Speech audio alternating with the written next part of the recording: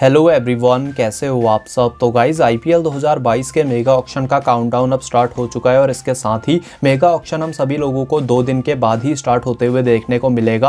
आज इस वीडियो में मैं आप लोगों को पूरी डिटेल में बताऊंगा कि आईपीएल 2022 का मेगा ऑक्शन हमें ऐसे कौन से 5 नए रूल्स के साथ होते हुए देखने को मिलेगा, या फिर ऐसी कौन सी 5 नई चीज़ें हैं जो कि इससे पहले वाले ऑक्शंस में हमने कभी भी नहीं देखी। तो यही सब बातें आज इस वीडियो में पूरी डिटेल में डिस्कस होंगी। लेकिन उससे पहले अगर आप लोग हमारे चैनल को पहली बार विजिट कर रहे हैं तो चैनल को सब्सक्राइब करके नोटिफिकेशन बेल को जरूर दबाइए, जिससे हमारी वीडियोस की अपडेट आप तक सबसे पहले पहुंच सके। तो गाइस बिना किसी देरी के शुरू करते हैं। सबसे पहला जो रूल चेंज हमें इस बार के मेगा ऑक्शन में देखने को मिला है और जो नया कॉन्सेप्ट आया है वो है फास्ट ऑक्शन का। इस टर्म के बारे में आप में से सारे लोगों ने पहले सुना नहीं होगा, क्योंकि ये टर्म आज से पहले कभी ऑक्शन में आया ही नहीं। दरअसल बीसीसीआई के अकॉर्डिंग इस बार जो 590 प्लेयर सेलेक्ट किए गए हैं मेगा ऑक्शन में, ऑब्वियस सी बात है इतने सारे प्लेयर्स का अगर जो ऑक्शनीर है वो नाम लेने के लिए बैठ जाएगा तो इसमें तो 3, 4, 5 दिन लग जाएंगे। लेकिन क्योंकि मेगा ऑक्शन के लिए आपके पास 2 दिन का ही वक्त है, तो इन 590 प्लेयर्स में से 161 ऐसे प्लेयर्स हैं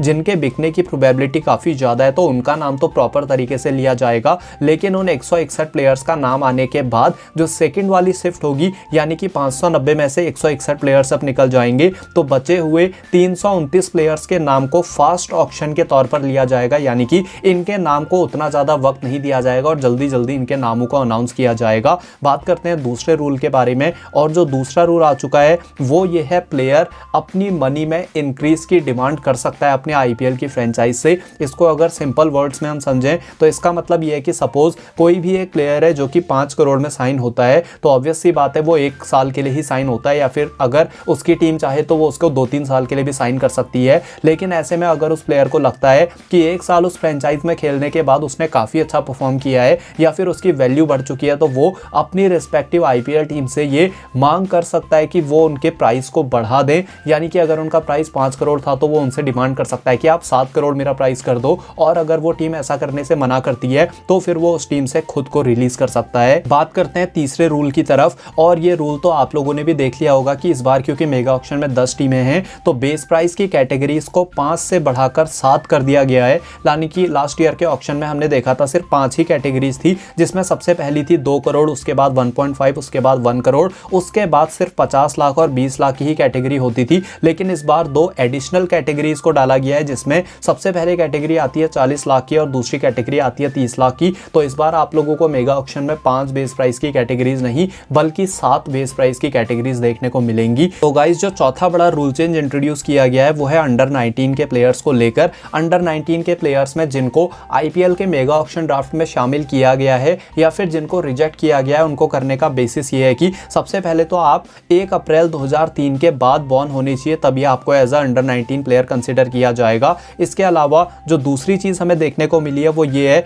कि आप किसी स्टेट एसोसिएशन के साथ कंबाइंड होने चाहिए, यानी कि आप किसी न किसी स्टेट एसोसिएशन के साथ आपका नाम जुड़ा हुआ होना चाहिए। और तीसरी चीज़ ये है कि आप लोगों ने कम से कम एक लिस्ट ए मैच खेला होना चाहिए, और अगर ऐसा नहीं है तो आपको मेगा ऑक्शन से आपके नाम को रिजेक्ट कर दिया जाएगा। पांचवें और आखिरी रूल के बारे में बात की जाए तो ये निकल कर आ रही है स्पेसिफिक टाइमिंग के रिगार्डिंग। हमने आपको पहले भी बताया था कि अलग अलग स्लॉट्स में प्लेयर्स को डिवाइड किया गया है, जहां पर सबसे पहले स्लॉट में बॉलर्स हैं, उसके बाद बैट्समैन हैं, उसके बाद ऑलराउंडर्स हैं, और उसके बाद विकेट कीपर्स हैं, और इसी तरीके से वापस ये रिपीटेशन होगा। लेकिन इन सभी स्लॉट्स को एक स्पेसिफाइड टाइम दिया गया है कि इतने से इतने बजे के बीच में इन सभी प्लेयर्स का नाम खत्म हो जाना चाहिए, क्योंकि अगर इस टाइम स्लॉट के अंदर ये नहीं बांटते हैं इस चीज़ को तो फिर काफ़ी ज़्यादा टाइम लग जाएगा। और क्योंकि मेगा ऑक्शन के लिए 2 दिन का ही वक्त है, जिसका मतलब है कुछ स्पेसिफिक घंटे ही आपको मिलने वाले हैं, तो उस हिसाब को मद्देनजर रखते हुए ये डिसीजन लिया गया है कि स्पेसिफिक स्लॉट को स्पेसिफिक टाइमिंग ही अलॉट की जाएगी। तो गाइज ये वीडियो यहीं तक थी। आई होप आप लोगों को मेगा ऑक्शन के रिगार्डिंग ये इन्फॉर्मेशन जान के और भी ज़्यादा एक्साइटमेंट हुई होगी। कॉमेंट करके आप लोग बताइए